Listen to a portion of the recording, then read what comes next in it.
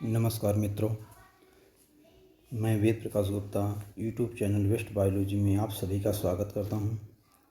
चलिए आज एक नए पार्ट को लेकर मैं उपस्थित हूं। तो पहला टॉपिक है योग के आविष्कार कौन है। योग के आविष्कारक कौन है? पतंजलि। दूसरा, रासायनिक चिकित्सा की आविष्कारक कौन है? रसायन चिकित्सा यानी केमिकल साइंस या केमिकल मेडिसिन के आविष्कारक कौन है? पारासेल्सस। अगला क्वेश्चन, पारासेल्सस किस देश के वैज्ञानिक थे? यानी रसायन चिकित्सा के आविष्कारक किस देश के निवासी थे? तो स्विट्जरलैंड। अगला क्वेश्चन, लार में मुख्यतः कौन से एंजाइम पाए जाते हैं? लार में कौन से एंजाइम पाए जाते हैं? लार में टाइलिन तथा एमाइलेज, टाइलिन तथा लाइसोजाइम। लार में कौन से एंजाइम पाए जाते हैं? टाइलिन तथा लाइसोजाइम एंजाइम पाए जाते हैं, जो प्रतिदिन मनुष्य में लगभग 1.5 लीटर लार का स्रावन लार ग्रंथियों द्वारा होता है, जो 3 जोड़ी लार ग्रंथियां पाई जाती हैं। अगला टॉपिक, यकृत का वजन लीवर का वेट लगभग कितना होता है? 1.5 किलोग्राम से 2 किलोग्राम के मध्य। 1.5 किलोग्राम से 2 किलोग्राम के मध्य। यकृत के निचले भाग में स्थित थैली को क्या कहते हैं? यकृत लीवर के निचले भाग में स्थित थैली को क्या कहते हैं? पित्ताशय। इसे आप गॉल ब्लैडर कहते हैं, जहाँ से पित्तरस का स्रावन होता है। पित्त किस प्रकार का द्रव है?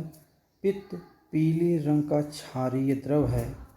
पित्त पीले रंग का क्षारीय द्रव्य है। पित्त का पीएच मान क्या है? अगला पॉइंट, पित्त का पीएच मान क्या है? 7.7, जो क्षारीय होता है।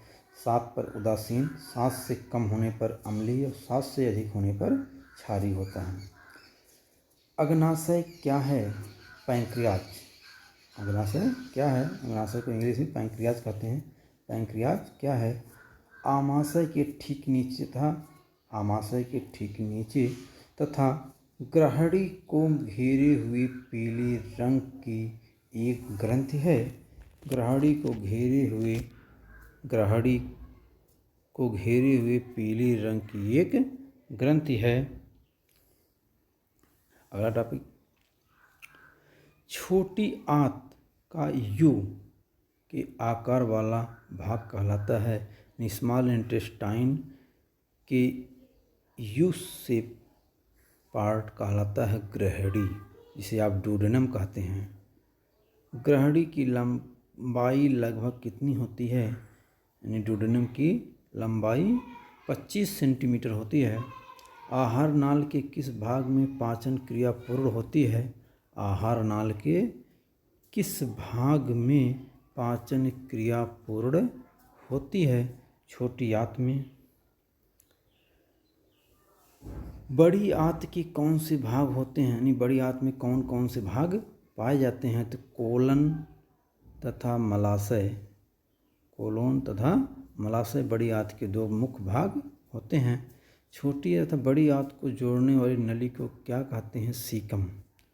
यानी large intestine and small intestine को जोड़ने का कार्य सीकम करता है। तो इस प्रकार आंत की लंबाई 8 मीटर होती है। आंत की लंबाई 8 मीटर होती है। छोटी आंत की लंबाई 6.5 मीटर एंड बड़ी आंत की लंबाई 1.5 मीटर होती है। सीकम के शीर्ष पर अंगुली जैसी संरचना क्या कहलाती है? एपेंडिक्स।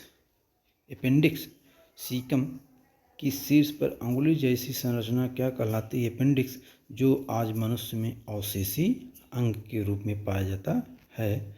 मनुष्य की लार में मनुष्य की लार में मुख्यतः कौन से अवयवीय पदार्थ होते हैं? लार में कौन से अवयवीय पदार्थ होते हैं? तो लगभग 99% जल तथा 1% एंजाइम होता है। 1% एंजाइम होता है।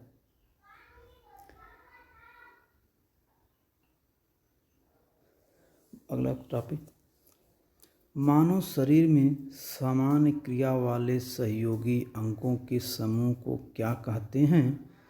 तो तंत्र कहते हैं। यानी मानव शरीर यूनिसेलुलर से डेवलप करता है, एक कोशिकी से डेवलप करता है। तो पहले सेल बनता है, सेल से ऊतक बनते हैं, ऊतक से ऑर्गन बनता है, अंग बनते हैं, अंग से अंगतंत्र बनते हैं, अंगतंत्र से शरीर बनता है। इस प्रकार मानव शरीर में समान क्रिया वाले सहयोगी अंगों के समूह को अंग तंत्र या अंग तंत्र कहते हैं। पोषक पदार्थों की इकाइयाँ आपस में किन बंधों के द्वारा जुड़ी होती हैं? निर्जलीकरण बंधों द्वारा। आहार नाल का पहला भाग कौन सा है? आहार नाल का पहला भाग कौन सा है? मुख गुहा। मुख गुहा से ही पाचन प्रारंभ हो जाता है। आहार नाल के प्रमुख भाग कौन कौन से हैं? मनुष्य के आहार नाल या जंतुओं के आहार नाल के मुख्य कौन कौन से भाग है? तो पहला भाग मुख गुहा, दूसरा भाग ग्रास नली, तीसरा भाग आमाशय, चौथा आंत है। तो मुख से ही भोज्य पदार्थों का पाचन प्रारंभ हो जाता है। जैसा कि आप जानते हैं कि हम सूखी रोटी खाते हैं तो भी हमें मीठी लगती है, क्योंकि लार में एंजाइम पाए जाते हैं, जिसके कारण सूखी रोटी हमें मीठी लगती है। लैंगरहैंस की द्वीपिकाएँ कहाँ स्थित होती हैं? लैंगरहैंस की द्वीपिकाएँ कहाँ स्थित होती हैं? अग्नाशय में, पैंक्रियाज में। से बीटा सेल्स कहते हैं, जहाँ से पित्तरस का स्रावण भी होता है। अगला पॉइंट, मुख गुहा के ऊपरी भाग को क्या कहते हैं? तालु। मुख गुहा के ऊपरी भाग को क्या कहते हैं? तालु। जीभ के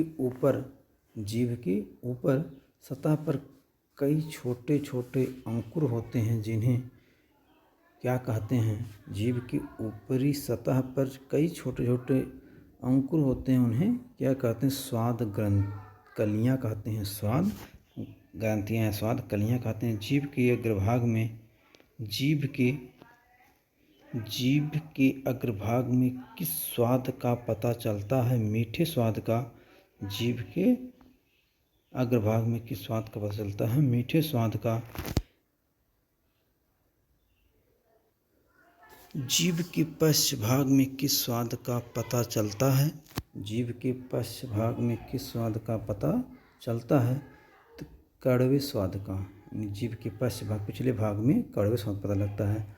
और जीभ के किस भाग में खट्टे स्वाद पता लगता है? यानी खट्टे स्वाद का आभास किस भाग में होता है? जीभ के बगल से। मनुष्य में दांत कितनी बार निकलते हैं? 2 बार। पहली बार दूध के दांत, या जिसे आप चीर के दांत कहते हैं, जो संख्या में 20 होते हैं। मनुष्य के जबड़े में कितने दांत होते हैं? 32, जो 4 प्रकार के होते हैं: रदनक, कृंतक, अग्रचौड़क, चौड़क, जिसे आप इंसाइजर, कैनाइन, प्रीमोलर, मोलर कहते हैं। मुख गुहा के पिछले भाग को क्या कहते हैं? ग्रास नली। मुख गुहा के पिछले भाग को क्या कहते हैं? ग्रसनी। कंठद्वार से आगे एक पट्टी जैसी रचना क्या कहलाती है? एपिग्लोटिस। कंठद्वार से आगे एक पट्टी जैसी रचना क्या कहलाती है? एपिग्लोटिस। मनुष्य की मुख गुहा से लार से सना हुआ भोजन या भोज्य पदार्थ कहाँ पहुँचता है? ग्रास नली में।